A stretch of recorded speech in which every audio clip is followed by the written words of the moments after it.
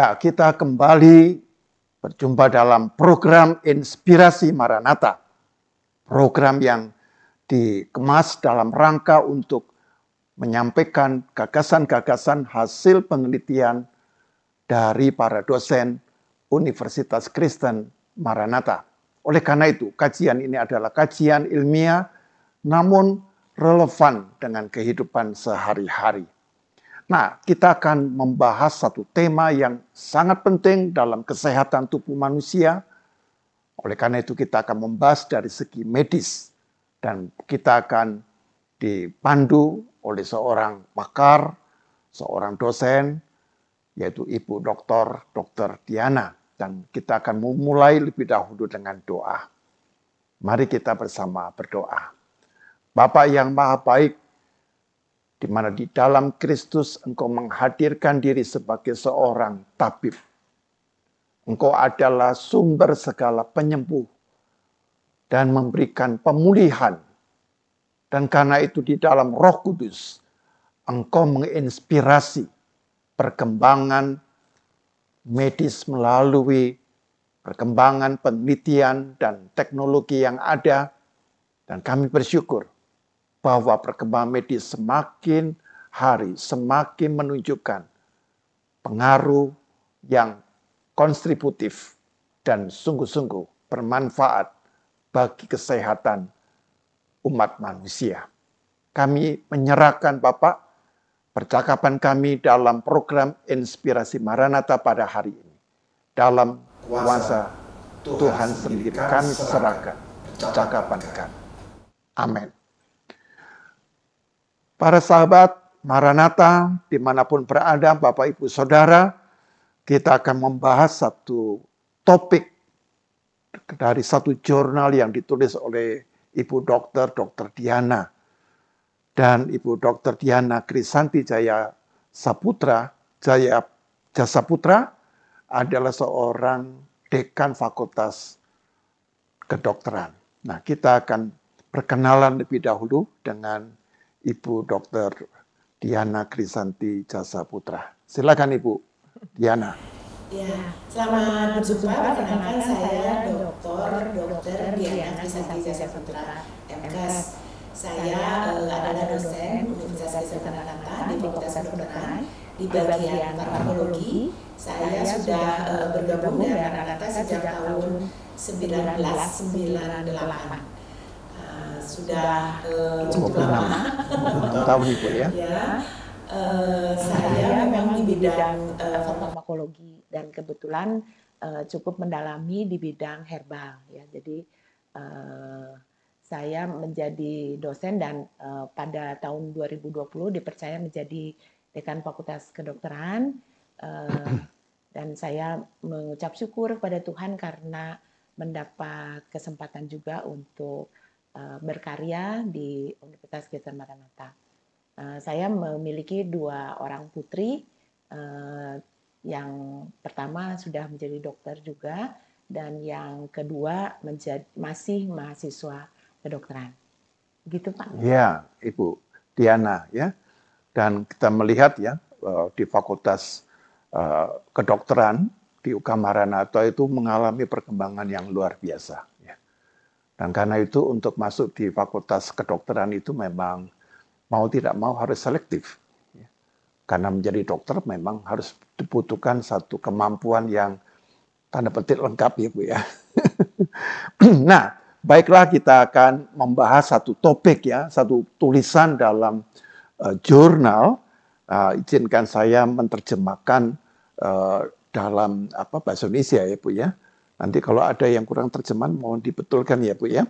Jadi pengaruh kunyit dan kulit manggis terhadap gen pipar alfa ya, bacanya pipar alfa ya. Tikus yang diinduksi dengan diet tinggi lemak. Kira-kira seperti itu ya, Bu ya. Apakah benar Ibu?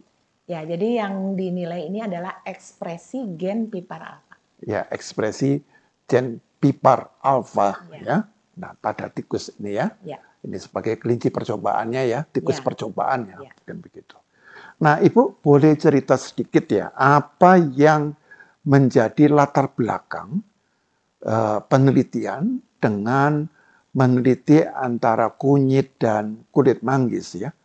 Nah tentunya ini kan tidak tiba-tiba datang gitu. Apakah ini dari nenek moyang kita? Ayo kalau kamu minum kunyit ini begini, manggis itu begini. Atau ibu melakukan penelitian ini karena sudah ada penelitian sebelumnya bahwa ini kira-kira dua ini akan saya periksa di laboratorium. Kira-kira bagaimana Ibu? Ya, jadi yang pertama memang kunyit itu apa ya? Kalau di Indonesia merupakan jamu yang paling penting lah, boleh dibilang seperti itu. Di mana setiap jamu kebanyakan pasti ada kunyitnya, itu yang pertama. Yang kedua juga memang kunyit itu di dalam penelitian-penelitian itu banyak punya efek sebagai antiinflamasi, sebagai antioksidan ya, bahkan juga anti-aging, itu juga banyak penelitian-penelitian yang telah dihasilkan ya, untuk menurunkan berat badan, untuk untuk gastritis ya, sakit mah gitu ya, itu juga cukup banyak penelitiannya, sehingga memang banyak yang masih bisa kita eksplorasi, apalagi di Indonesia merupakan suatu negara yang sumber daya alamnya sangat kaya ya, itu merupakan suatu kelebihan yang perlu kita syukuri dan perlu kita kembangkan ya. Demikian juga kulit manggis yang terkenal sebagai antioksidan ya, sebagai antioksidan yang cukup baik gitu ya, dan juga antiinflamasi yang memang dibutuhkan pada orang-orang apalagi yang sudah berusia, yang sudah ada penyakit degeneratif. Begitu Pak.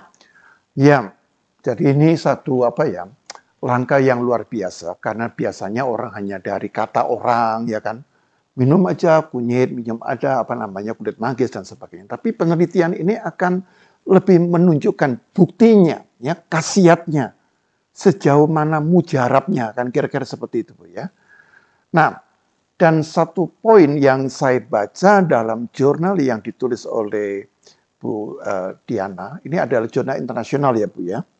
Jurnal nasional terakreditasi. Oh, nasional yang terakreditasi ya, walaupun dalam bahasa Inggris itu ya. Nah, di sana disebutkan bahwa kadar lemak yang tinggi dalam darah itu merupakan faktor risiko untuk menyebabkan penyakit kardiovaskuler ya Bu ya. Nah, seperti jantung koroner, kemudian juga steatohepatitis ya, non alkoholik gitu ya. Nah, yang berkaitan dengan istilahnya kita penyakit hati lah begitu ya. Nah, Bu, dalam penelitian ini sejauh mana ya Bu ya, hasil penelitian jumlah para penderita yang ditengarai itu mengalami penyakit hati steatohepatitis non alkohol di Indonesia, sehingga nanti dari sana kita bisa melihat bahwa penelitian ini akan membantu. Kira-kira bagaimana Ibu penjelasannya? Ya, jadi kalau masalah kesehatan di Indonesia sebenarnya ada dua macam ya. Ada misalnya penyakit infeksi, penyakit kekurangan gizi gitu ya. Tapi di lain pihak ada juga yang menjadi masalah tuh kayak obesitas seperti itu. Nah, orang yang obesitas itu salah satu komplikasinya lah ya, itu adalah perlemakan hati. Nah, perlemakan hati itu bahasa kedokterannya non-alcoholic fatty liver disease. Oh, gitu. Begitu ya. Jadi artinya terjadi gangguan hati itu bisa disebabkan karena alkohol. Bisa. Itu rusak hatinya kalau peminum alkohol itu. Tapi orang yang nggak minum alkohol bisa juga rusak hatinya karena perlemakan hati, karena terlalu banyak kolesterol misalnya seperti itu. Nah, orang yang perlemakan hati di seluruh dunia itu dikatakan dari kepustakaan sekitar 30% ya. Kalau di Indonesia ya? 45,2% dari orang-orang yang diabetes gitu ya. Jadi orang diabetes itu banyak juga yang mengalami perlemakan hati. Nah, seperti itu. Jadi itu salah satu penyebabnya kenapa terjadi perlemakan hati ya. konsumsi makanan berlemak terlalu banyak, mungkin bisa juga berpengaruh kepada perlemakan hati itu. Ibu, kalau tadi Ibu sebutkan bahwa perlemakan hati itu salah satu penyebabnya karena alkohol ya Bu ya. Jadi gangguan pada hati bisa karena alkohol, tapi alkohol itu bukan menimbulkan perlemakan hati, tapi nantinya jadi sirosis hati gitu. Oh, begitu. Jadi kerusakan hati bisa karena alkohol, bisa karena non alkohol. Non alkohol. Kalau yang non alkohol kebanyakan perlemakan hati. Tapi untuk Indonesia tuh kebanyakan penyebabnya bukan karena alkohol, tapi karena diabetes. Ya, banyak orang yang diabetes ya di Indonesia. Banyaknya di seluruh dunia juga ya. Jadi itu salah satu kenapa bisa diabetes ya, konsumsi makanan sehari-harinya kurang baik pola makannya. Iya, ini saya kira satu informasi yang penting ya, bagaimana kita harus mengatur pola hidup dan juga pola makan begitu ya, dan tentunya harus juga pola pikir. Ya, 3 aspek ini, Bu. Kalau saya perhatikan bahwa penelitian Ibu ini tidak hanya pakai literatur, tapi juga penelitian yang di laboratorium ya Bu ya. Dan penelitian ini menggunakan tikus jantan, ya, Galur Wistar. Ya. Dan satu, saya hanya bertanya kenapa kok tikusnya jantan gitu ya, bukan tikus betina. Lalu pertanyaan kedua itu apa itu ya, Galur Wistar itu apa gitu ya. Nah kira-kira seperti itu Bu ya, hanya curiosity ini hanya membantu supaya kita ini mengerti, oh ternyata proses penelitian itu tidak gampang gitu kan. Ada aturan-aturan yang harus diperhatikan. Kira-kira bagaimana Bu? Ya jadi kita manusia ya diberi kesempatan Tuhan untuk mengembangkan ilmu pengetahuan. Nah kalau di bidang saya terutama itu adalah farmakologi, mengembangkan obat-obat baru yang sebaiknya lebih baik daripada yang sebelumnya.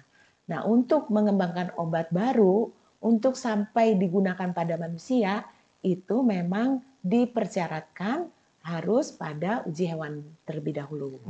Nah, uji hewan itu memang Maranatha punya laboratorium hewannya. Laboratorium hewan yang kita pakai yaitu tikus dan mencit. Jadi kalau bahasa Inggris tikus Mencit. itu rat. Rat ya. Rat. Kalau mencit itu mouse. Kayak Mickey Mouse itu mouse itu. Jadi kalau mouse itu kecil, kalau rat itu lebih gede kayak tikus got. Nah, itu lebih gede seperti itu. Nah, jadi memang untuk melakukan penelitian ada standarnya. Misalnya Galur Wistar itu dipakai ya karena dia relatif cukup mudah untuk beradaptasi, juga untuk metabolismenya juga cukup mirip dengan manusia. Makanya dipakailah tikus Galur Wistar. Kemudian pertanyaannya jantan. Kenapa jantan? Kenapa nggak betina? Sebetulnya hanya untuk homogenisasi saja gitu supaya hormon yang digunakan, hormon yang berpengaruh ya sama, yaitu semuanya jantan gitu. Jadi meminimalisir faktor pengganggu lah gitu. Seperti itu. Ya. Itu aja. Walaupun saya sebagai orang awam bertanya Bu, kadang-kadang tikus jantan dan betina itu bisa berpengaruh pada gennya kan begitu Bu ya. Yang betina itu bisa proses reproduksi biasanya berpengaruh. Jadi itu diabaikan ya Bu ya. Jadi karena itu kita pakai jantan supaya homogen. Kalau misalnya mau menggunakan betina boleh juga asal semuanya betina.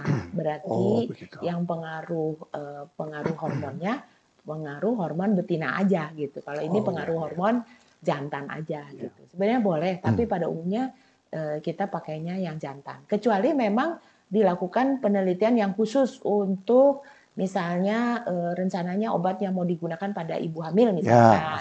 Ya berarti harus memang memakai yang betina, bahkan betina bunting.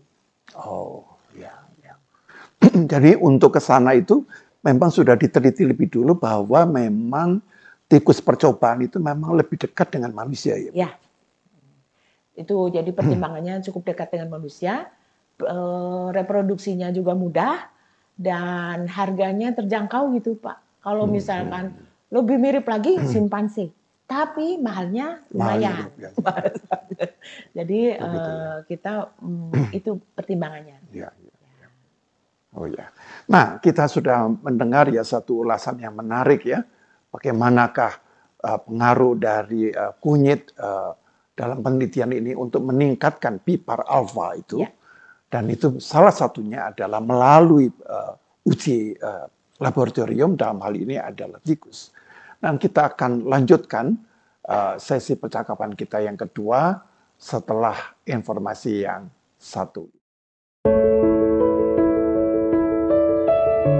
Menjadi yang terbaik bukan semata-mata tentang mengejar nilai, namun juga tentang memberikan peran dalam masyarakat. Pribadi yang terus berjuang, berintegritas, dan peduli pada sekitarnya. Dari pribadi-pribadi itulah kami hadir sebagai awal Fakultas Kedokteran Universitas Kristen Maranatha.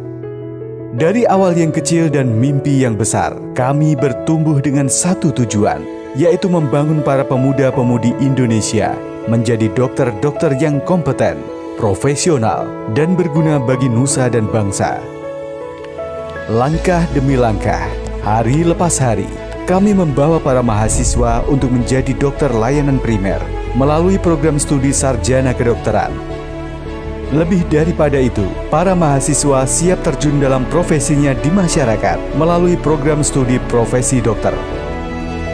Fakultas Kedokteran membuka program pasca sarjana Magister Kesehatan Penuaan Kulit dan Estetika dengan keunggulan dalam herbal medik dan gizi medik. Dan dalam setiap prosesnya, kami terus berusaha untuk menanamkan nilai-nilai luhur di dalam diri para mahasiswa, sebagaimana semangat para pemerakarsa terlebih dahulu. Fakultas Kedokteran Universitas Kristen Maranatha adalah fakultas kedokteran swasta pertama di Bandung. Kami didukung oleh lebih dari 100 orang dokter dan dokter spesialis. Program studi pendidikan dokter Maranatha telah memperoleh akreditasi A dari Lembaga Akreditasi LAMPTKES pada tahun 2019. Yayasan Perguruan Tinggi Kristen Maranatha sudah memiliki rumah sakit sendiri, yaitu Rumah Sakit Unggul Karsa Medika. Rumah Sakit Pendidikan Utama FK Maranatha adalah Rumah Sakit Immanuel Bandung. Visi Fakultas Kedokteran Universitas Kristen Maranatha adalah pada tahun 2024 menjadi Fakultas Kedokteran swasta terbaik di Indonesia di bidang herbal medik dan gizi medik dengan menjunjung nilai-nilai kasih dan keteladanan Yesus Kristus. Berbagai upaya kami tuangkan untuk mewujudkan mahasiswa yang lebih prima. Di setiap sudutnya, kami mendatangkan pengalaman selangkah lebih dekat, karena pengalaman inilah yang memajukan para mahasiswa untuk mencapai kualitas unggul dalam dunia kedokteran. Melalui ragam pembelajaran yang ada, menjadi yang terbaik bukanlah kata-kata belaka. Mereka yang telah menjalankan profesinya, yang telah mencapai kata terbaik, bergabung dalam Perhimpunan Alumni Dokter Maranatha. Perhimpunan Alumni Dokter Maranatha atau yang lebih dikenal PADMA adalah organisasi alumni yang anggotanya lulusan Fakultas Kedokteran Maranatha atau yang mempunyai peran penting dalam Fakultas Kedokteran Maranatha. PADMA telah memiliki anggota lebih dari 4.000 dokter yang tersebar baik di seluruh Indonesia maupun di luar negeri dengan berbagai kompetensinya. Dalam masyarakat, kami percaya bahwa menjalin ikatan persaudaraan sesama dokter itu sangat penting. PADMA hadir menjadi wadah bagi alma mater dan alumni FK Maranatha untuk memberikan kontribusi yang nyata bagi nusa dan bangsa, khususnya di bidang kesehatan. Pada akhirnya, menjadi yang terbaik adalah sebuah perjalanan. Dan perjalanan itu dimulai bersama kami. Fakultas Kedokteran Universitas Kristen Maranatha.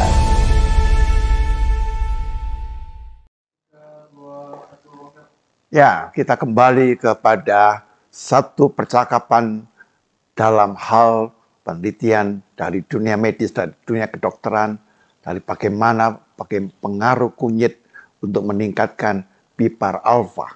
Ya. Dan kita tadi sudah mendengar satu catatan bahwa melalui media objek tikus jantan Kaloristar. Ibu, izinkan saya menanyakan lebih jauh lagi ya Bu ya. Tadi disebutkan pakai objek ini Bu ya, penelitian ini tikus jantan Kaloristar yang dibagi menjadi 5 kelompok Bu ya. Nah ini saya kira menarik sekali ya. Kelompok-kelompok ini tentunya ada satu tujuan, tentunya ada nanti rencananya itu saya bayangkan ada komparasi, ada perbandingan, sehingga kemudian dapat diketahui hasilnya begitu ya. Dan di situ ada kalau saya catat ada beberapa poin yaitu tentang kelompok kontrol negatif, kelompok kontrol positif, kemudian kelompok kunyit manggis, fenofibrata ya, yang kira-kira seperti itu.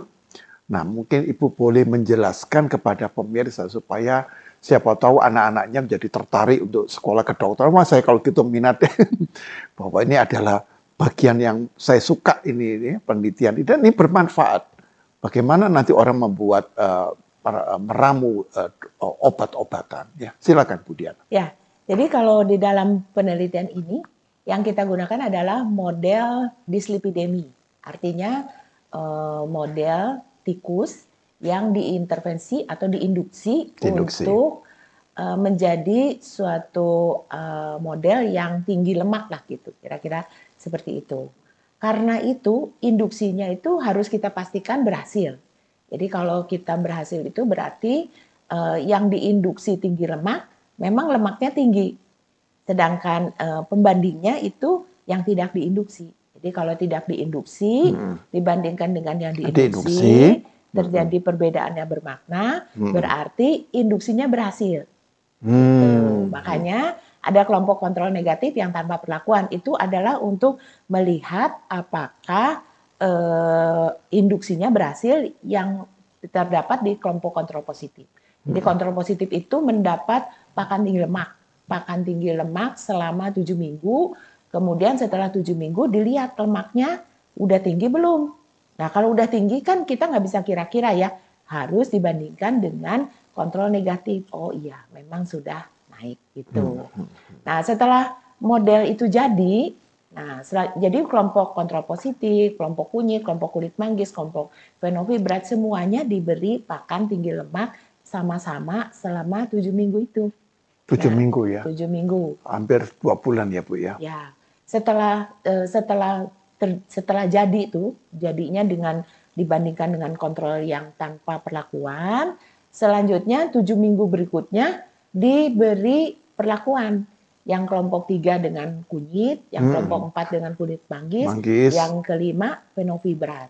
Jadi, fenofibrat itu apa Bu? Mungkin fenofibrat itu adalah obat standarnya. Jadi kalau kita di dalam pengembangan itu kan kita harus menggunakan obat standarnya. Jadi kalau misalkan kita harapkan minimal samalah dengan obat standarnya gitu ya. Kalau yang diminum manusia juga gitu. Ya, ini obat standar yang memang sudah digunakan. Gitu. Jadi memang kalau di dalam penelitian itu ada kontrol negatifnya untuk membuktikan induksi sudah berhasil, ada kontrol positifnya untuk membuktikan dia induksi yang berhasil itu, dan perlakuan. Jadi perlakuan itu misalnya kelompok kunyit udah turun belum dibandingkan dengan kontrol positif. Nah, kalau udah turun berarti kunyit berhasil nih menurunkan atau dalam hal lemak ya. Tapi kalau ini spesifipar berarti meningkatkan spesifiparnya. Baik. Gitu. Nah, kalau fenofibrat itu pembandingnya obat standarnya.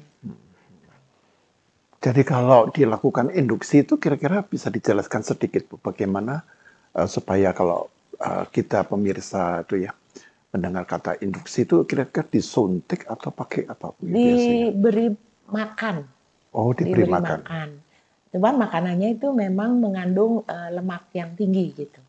Jadi 37% lemak. Nah, dikasih makan, nah sesudah dia makan nanti lemaknya naik. Jadi tikus kita periksa lagi gitu Bu ya? Diperiksa gitu. Diperiksa ya betul. Nah pada waktu memeriksa begitu kan agak susah Bu. Kalau dia bergerak itu harus apa cara ngambil darahnya ditaruh di dalam kayak tabung begitu. Terus ekornya kita pegang. Terus kita masukkan jarum suntik. Nah nanti darahnya masukin di dalam tabung. Oh, Salah begitu satu ya. cara untuk mengambil darahnya. Ya. Ya, saya bayangkan asal nanti dokternya tidak merasa itu jijik atau dengan tikusnya gitu Bu ya. Kalau Enggak, udah biasa. Sudah biasa ya Bu ya. Ya namanya dokter ya Bu ya. Iya Bu. Dan saya juga tertarik ya Bu ya dalam hal ini ya, objek tikus ini ya. Ditempatkan dalam suhu kamar dengan 12 jam pakai cahaya ya.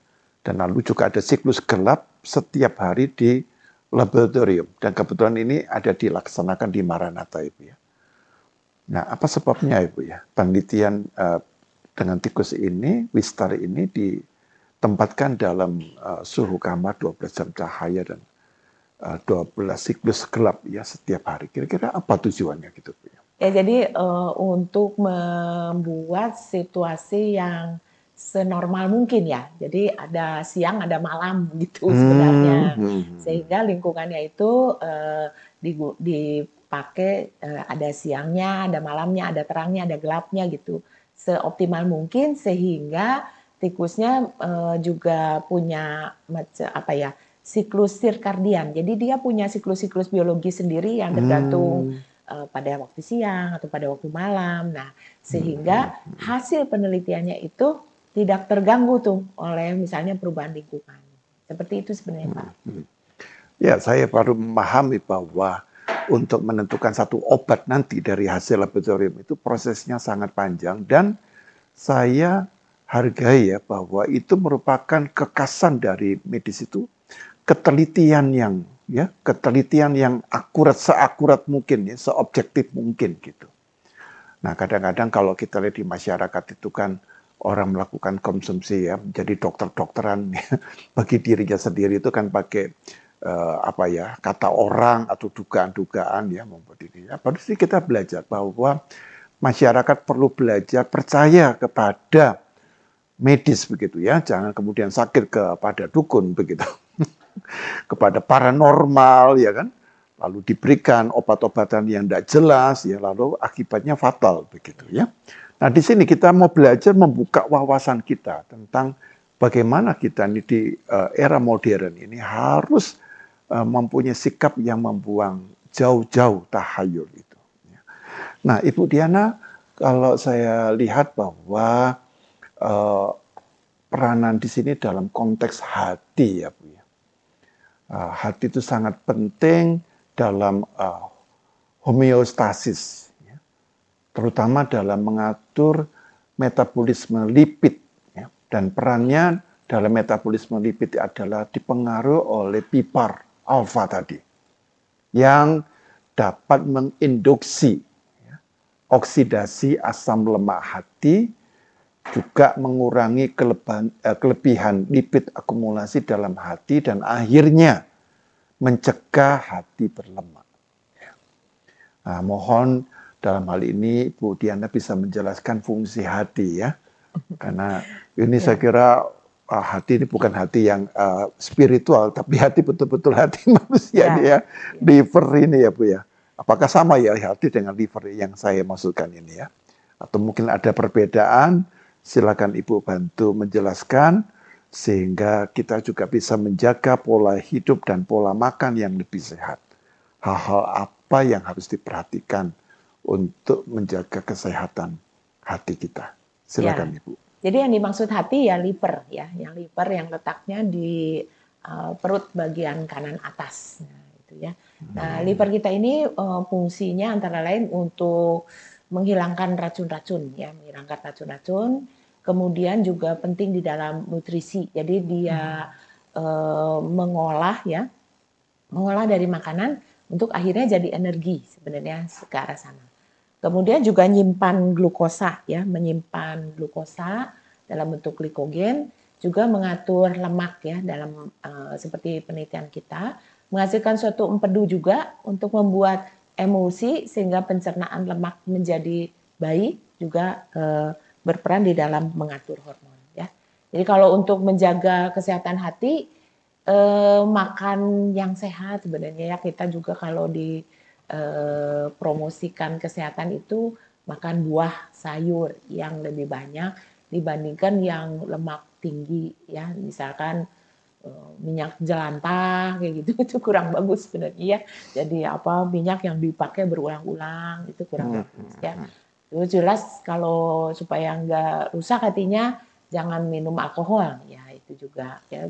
Berat badan juga harus dijaga dengan berat badan ideal, olahraga teratur, hindari merokok, juga konsumsi obat-obatan ya. Jadi kalau misalnya gini, sakit kepala sedikit minum Panadol, paracetamol misalkan kayak gitu ya. Nah itu juga sebetulnya kalau kebanyakan hatinya bisa rusak juga gitu. Jadi segala sesuatu harus sesuai gitu ya.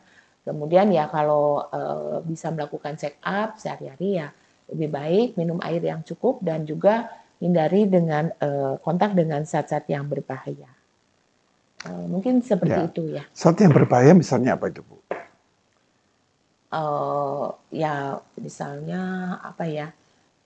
Sebenarnya kayak macam sep gitu-gitu juga itu sebetulnya juga termasuk berbahaya. Tapi ya mungkin tergantung pekerjaan orang juga ya. Jadi orang yang bekerja dalam arti sebagai tukang itu juga harus menjaga diri ya. Betul. Harus ada pelindung ya Bu ya. Karena terus begini terus dia ngecat itu ya, dengan kondisi terbuka gitu ya. Dan saya kira kan program ini kan bukan hanya dilihat oleh orang yang tapi siapapun ya, termasuk profesi apapun. Jika kita ingin menginformasikan ya dan sekaligus mengedukasi masyarakat supaya mereka betul-betul menjaga. Jangan karena ya biasa kemudian kita lalai ya, menjadi takabur sehingga kita tidak bisa mengantisipasi dampak atau bahayanya. Nah, Ibu, kita sudah makin mendalam nih dalam percakapan tentang pengaruh ini ya, penelitian tentang kunyit atau manggis kepada peningkatan pipar alfa tadi. Dan kita akan lanjutkan setelah informasi yang satu ini lagi. Silakan. Menjadi yang terbaik bukan semata-mata tentang mengejar nilai, namun juga tentang memberikan peran dalam masyarakat. Pribadi yang terus berjuang, berintegritas, dan peduli pada sekitarnya. Dari pribadi-pribadi itulah kami hadir sebagai awal, Fakultas Kedokteran Universitas Kristen Maranatha. Dari awal yang kecil dan mimpi yang besar, kami bertumbuh dengan satu tujuan, yaitu membangun para pemuda-pemudi Indonesia menjadi dokter-dokter yang kompeten, profesional, dan berguna bagi nusa dan bangsa.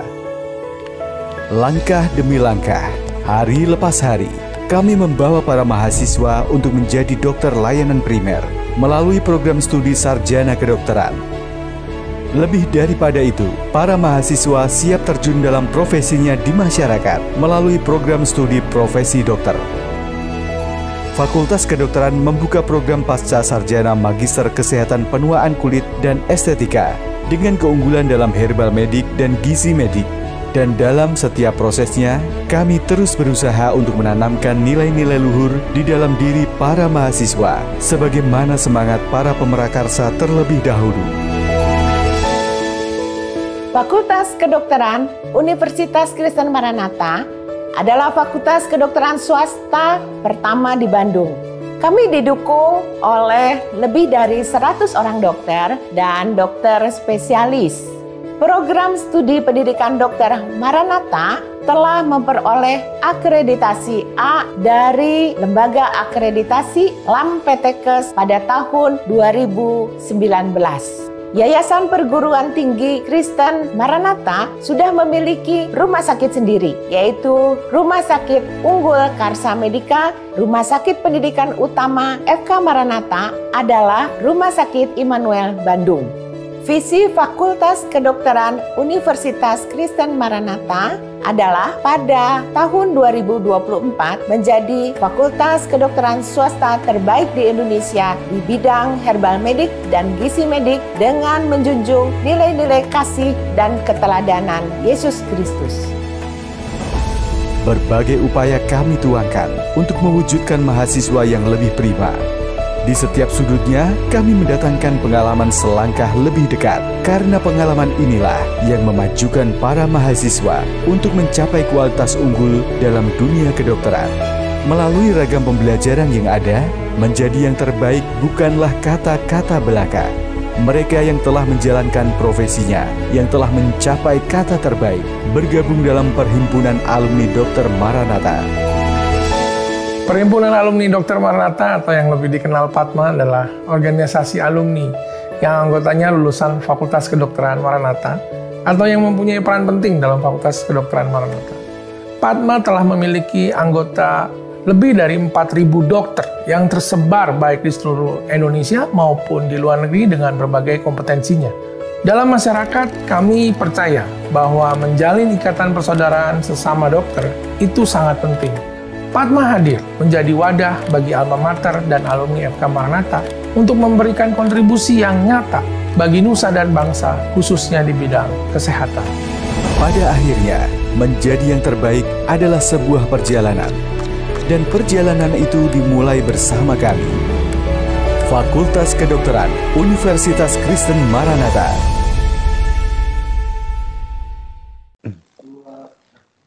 Ya, Ibu, kalau tadi Bu Dr. Diana itu cerita tentang hati yang mengalami kerusakan, saya jumpai di beberapa kasus ya, bahkan juga teman-teman, rekan pendeta juga bahkan itu mengalami apa yang disebut dengan sirosis hati, Ibu ya. Dan ada yang sampai meninggal ya, beberapa rekan begitu ya. Ibu kalau gitu kira-kira mungkin ini di luar ini ya, mungkin bisa menginformasikan ya. Kira-kira kalau orang dengan gejala sirosis hati itu kira-kira apa Bu ya, supaya orang lebih bisa antisipatif ya. Apakah ada ataukah tiba-tiba langsung begitu? Ataukah ada satu level atau tahapnya itu ya, fase-fasenya gitu? Jadi kalau sirosis hati itu sebetulnya kerusakan hati. Nah, kerusakan hatinya itu hati yang normal dirubah karena rusak dirubah menjadi jaringan ikat. Nah, jadi jaringan ikat. Makanya pada sirosis hati itu hatinya jadi kecil. Jadi mengkerut gitu mengkerut, ya? Karena berubah menjadi jaringan ikat. Kenapa orang bisa sirosis hati? Itu macam-macam ya. Misalnya karena virus hepatitis itu yang B terutama yang B atau C itu bisa menyebabkan sirosis hati itu. Kemudian juga peminum alkohol itu juga bisa. Kemudian yang ini juga ya fatty liver itu juga bisa menyebabkan sirosis hati. Nah, jadi memang kalau sudah sirosis ya kalau di negara-negara yang maju apa terapinya transplantasi hati gitu ya. Tapi kalau yang kita perlu lakukan dan penting pasti untuk mencegahnya. Seperti itu ya. Kayak misalnya hepatitis B gimana mencegahnya? Kan ada imunisasinya. Jangan sampai enggak imunisasi hepatitis B. Misalnya seperti itu. Dan juga penularannya perlu dicegah ya. Misalkan penularannya antara lain karena penggunaan jarum suntik bersamaan seperti itu. Ataupun ya free sex itu juga karena tertular itu juga bisa seperti itu. Jadi lebih penting melakukan pencegahan, jangan minum alkohol misalnya seperti itu. Baik. Ya, ini satu informasi yang mungkin dibutuhkan ya Bu ya oleh masyarakat. Nah, Ibu kalau saya baca dalam jurnal itu disebutkan bahwa setiap kapsul kunyit ya Bu ya itu terdiri dari 500 mg rimpang temulawak. Ya. Kunyit itu ya Bu ya. Itu setara dengan apalagi itu 100 mg itu. 100 mg ya. Kurkuminoid itu ya Bu ya. Dan dosis ini juga setara dengan 40 gram kunyit segar ya. Lalu setiap kapsul kulit manggis itu dihitung ada 400 mg garcinia ya. Perikarpium dan dosis ini setara dengan 10 gram kulit manggis segar. Nah, kira-kira boleh dijelaskan Bu ya, memang ukuran-ukuran ini mungkin kita tidak terbiasa, tetapi kira-kira apa Bu yang dapat Ibu lihat dari perbandingan ini? Jadi gini, tumbuh-tumbuhan seperti kulit manggis, itu punya metabolit sekunder ya. Jadi ada metabolit primer ya. Kalau primer itu karbohidrat, nah itu ya, itu primer. Nah kalau tumbuhan yang untuk tumbuhan obat itu punya metabolit sekunder. Nah metabolit sekunder itu sebetulnya digunakan untuk tumbuhan itu melawan bakteri misalnya seperti itu. Nah tapi tumbuhan itu yang punya metabolit sekunder itu bisa kita manfaatkan untuk kesehatan kita. Untuk kunyit yang kita sebutkan bahan aktifnya itu kurkumin atau kurkuminoid itu bahan aktif yang merupakan metabolit sekunder yang terkandung di dalam kunyit.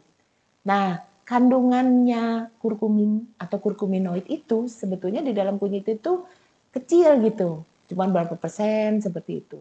Yang banyak misalkan patinya gitu ya. Jadi kalau misalnya mau menimbulkan efek, tentunya harus ada dosis tertentu sehingga punya efek. Karena itu upaya manusia itu, upaya pabrik itu menyarikan. Jadi kandungan aktifnya ditarik gitu, diekstraksi. Nah, diekstraksi menggunakan ekstrak etanol biasanya, menggunakan ekstrak etanol, direndam, udah direndam, kemudian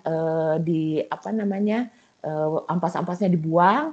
Setelah ampas-ampasnya dibuang itu, kemudian dikentalkan dengan cara penguapan, kemudian dikeringkan pakai hawa panas seperti itu, sehingga akhirnya jadi bubuk. Nah, bubuk itu dimasukin dalam kapsul. Kapsul itu ya. Nah, jadi itu yang tadi disebut Bapak tadi. Jadi satu kapsul itu sebetulnya berasal dari 40 gram kunyit tadi. Waduh. Nanti menjadi 500 mg dalam satu kapsul itu. Yang mana kandungan aktifnya 100 mg kurkumin atau kurkuminoidnya itu. Begitu maksudnya. Ya. Nah, kalau dilihat gitu, lebih efektifan mana Bu? Minum kapsulnya atau orang minum rutin misalnya kunyit itu ya dalam hal ini karena istilahnya di kapsul itu lebih konsentrat ya. Nah, jadi dia kan lebih mudah juga kan gitu, lebih mudah dan lebih istilahnya lebih banyak zat aktifnya dibandingkan kalau misalnya pakai kunyit yang belum diekstrak gitu. Oke. Ya. Sama dengan itu tadi. Kulit manggis juga sama prosesnya. Ya. Kalau dimasukkan dalam kapsul kemudian diminum itu apa dalam jangka panjang apa tidak juga pengaruh pada kerusakan hati juga Ibu? Mungkin ya. Karena masukkan bagaimana kan obat kan diproses juga oleh hati juga. Nah, makanya kalau di dalam obat ataupun obat tradisional itu dosis juga menjadi penting. Jadi kalau dari penelitian juga, kalau misalkan dosisnya ketinggian, itu juga rusak memang. Makanya tidak boleh terlalu tinggi juga.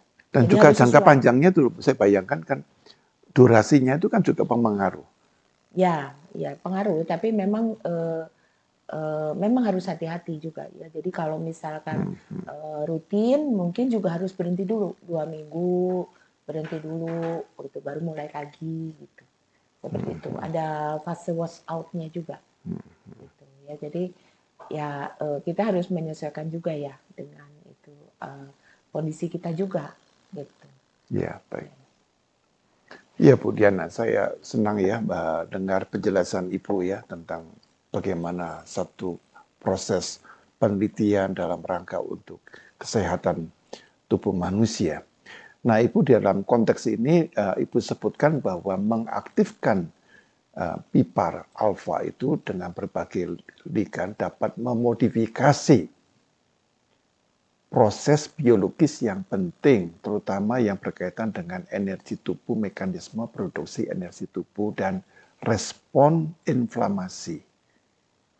Nah, pipar alfa dalam organ tubuh dapat diaktifkan melalui puasa salah satunya. Saya tertarik ya. Kira-kira bagaimana Bu ya pipar alfa di dalam organ hati ini dapat diaktifkan ya Bu ya melalui puasa itu ya.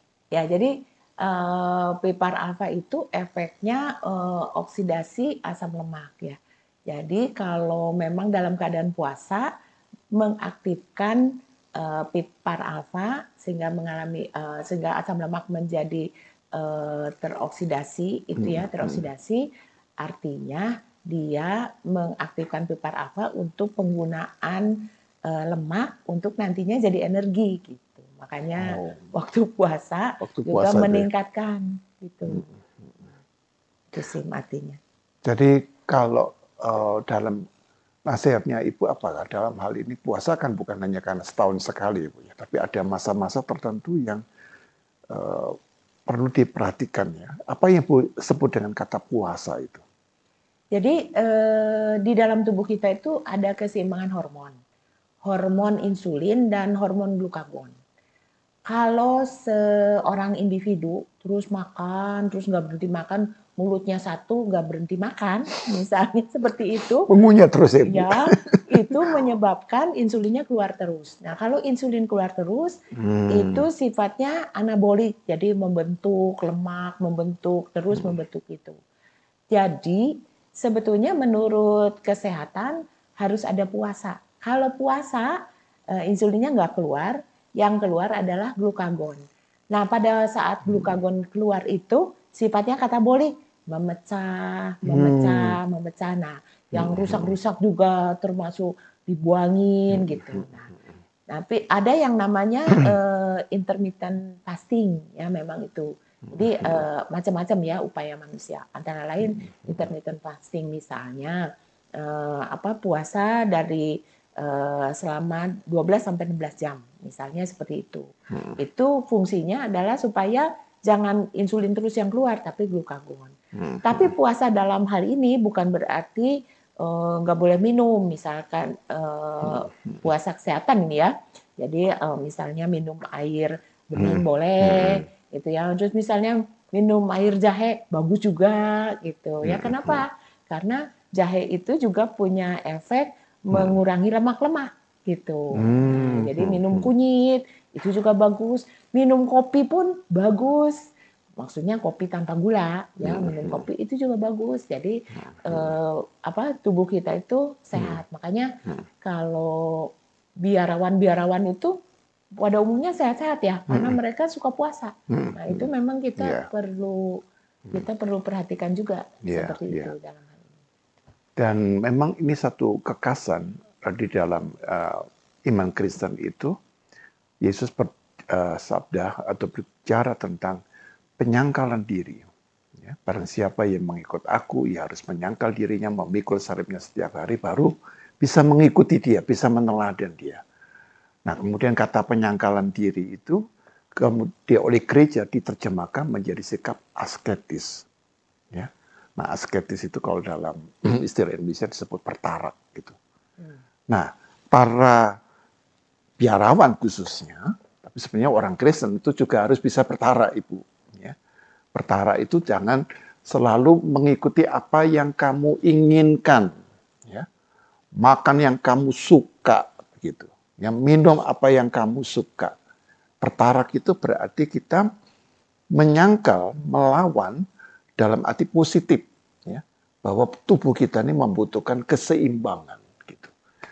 Nah, saya kira ada baiknya bahwa pertarak ini bukan dalam kaitan masalah iman Kristen, tapi juga pertarak ternyata dibutuhkan di dalam supaya metabolisme tubuh kita ini makin lebih seimbang, ya. Tidak hanya terus makan mengeluarkan insulin gitu kan. Tapi kalau pertarak dan berpuasa itu justru bisa mencegah ya insulin itu tidak keluar terus ya. Nah, Ibu saya kira ini satu catatan yang menarik. Dan dari penelitian yang Bu Diana lakukan akhirnya kan tadi masalah kunyit dan kulit manggis ya Bu ya. Bagaimana Bu hasil dari penelitian yang Ibu lihat? Kemanjuran ya, kemujarapan kunyit itu seberapa, lalu manggis itu bagaimana gitu. Kulit manggis maksud saya. Silakan Ibu Diana. Jadi ini penelitian tahap kedua ya. Jadi tahap pertamanya menilai bagaimana pengaruh kunyit maupun kulit manggis terhadap gangguan lemak. Nah, setelah itu pada tahap kedua ini kita mau melihat bagaimana mekanisme kerja yang mungkin menjadi mekanisme kerja bagi kunyit maupun kulit manggis. Nah, dalam hal ini, dalam penelitian ini, mekanisme kerja yang ditelitinya itu adalah mekanisme kerja dibandingkan obat standar yang disebut fenofibrat. Fenofibrat itu punya efek menurunkan trigliserid dengan jalan meningkatkan aktivitas pipar alfa. Nah, jadi kalau misalkan fenofibrat meningkatkan aktivitas pipar alfa, bagaimana dengan kunyit? Ternyata kunyit juga meningkatkan pipar alfa, ekspresi gen pipar alfa. Sedangkan kulit manggis ternyata tidak meningkatkan ekspresi gen pipar alfa. Artinya kunyit dapat menurunkan gangguan lemak itu melalui antara lain mekanisme kerja seperti fenofibrat, yaitu meningkatkan aktivitas ekspresi gen pipar alfa itu. Luar biasa ya, hasil penelitiannya itu akhirnya membuktikan itu ya.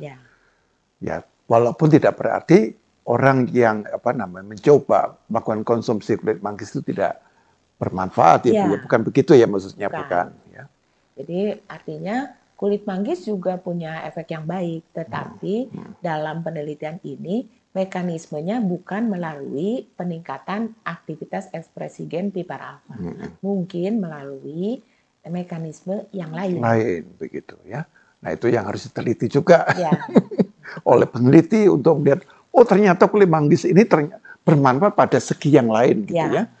Tadi tubuh manusia itu sangat kompleks sekali, sehingga memang penelitian tidak akan pernah berhenti ya. Selalu akan ada penelitian, selalu ada penemuan-penemuan baru, dan penemuan baru pun juga masih bisa dikoreksi untuk lebih akurat lagi. Ya, inilah cara kerja Tuhan memberikan akal budi kepada manusia, dan karena itu kita bersyukur dan mendukung kalau anak-anak kita juga studi di Fakultas Kedokteran dan jadi dokter. Jadi untungnya anak ibu ini ada yang jadi dokter satu lagi.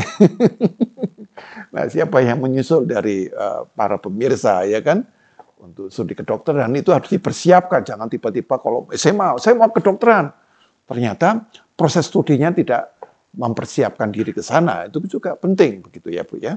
Karena kita ingin menjadikan seorang dokter ini seorang yang berkemampuan yang andal ya, bukan biasa-biasa saja ya.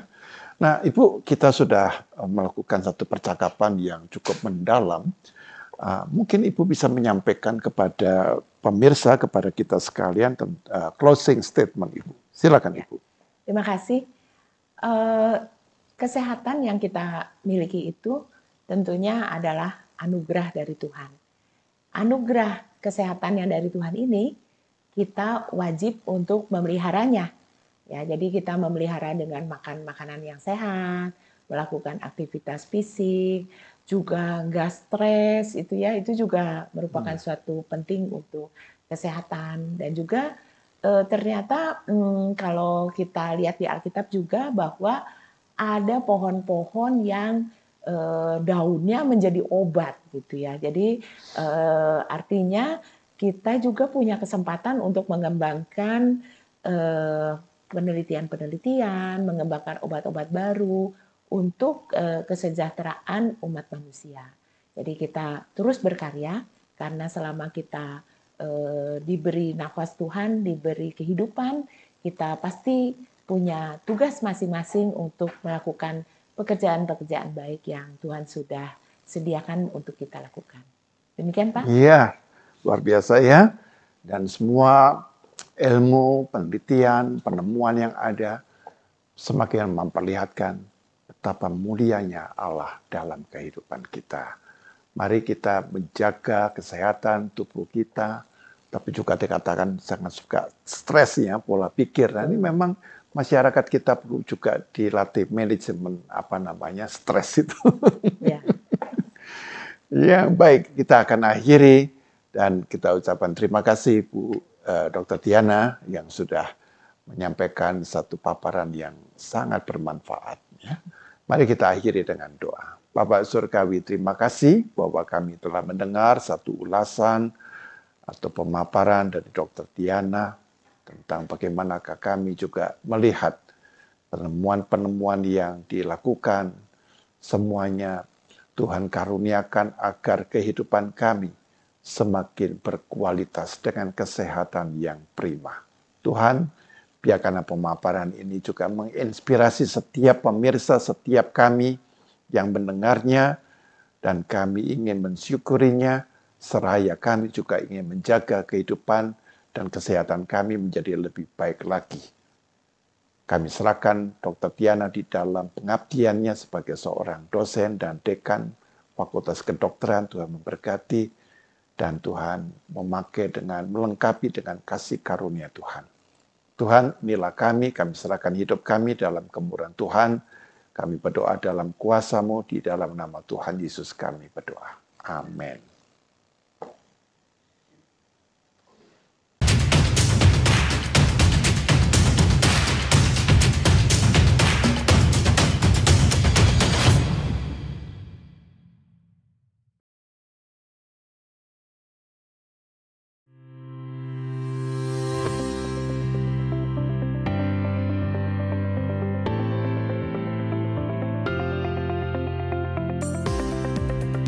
Faculty of Business will provide an extraordinary learning experience supported by highly competent and qualified lecturers.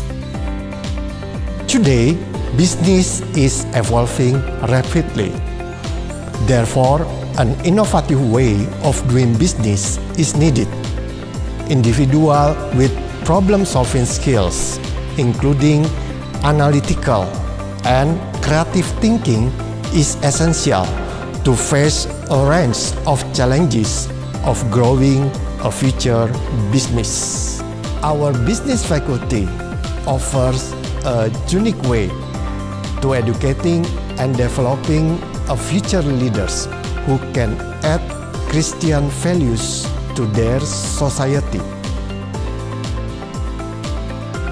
Equipped with advanced facilities that support you in the application of business knowledge.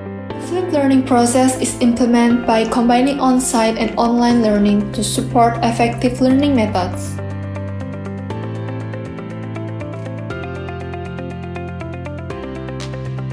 The flipped learning process will familiarize you with active discussion, especially about business science, which often occurs in the real business world.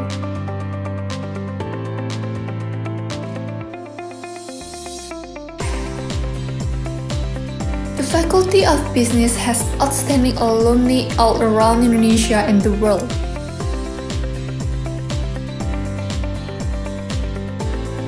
Let's start the journey with us today and be ready for tomorrow. Hi, I'm Reza Sanji, the alumni of Faculty of Business Maranatha.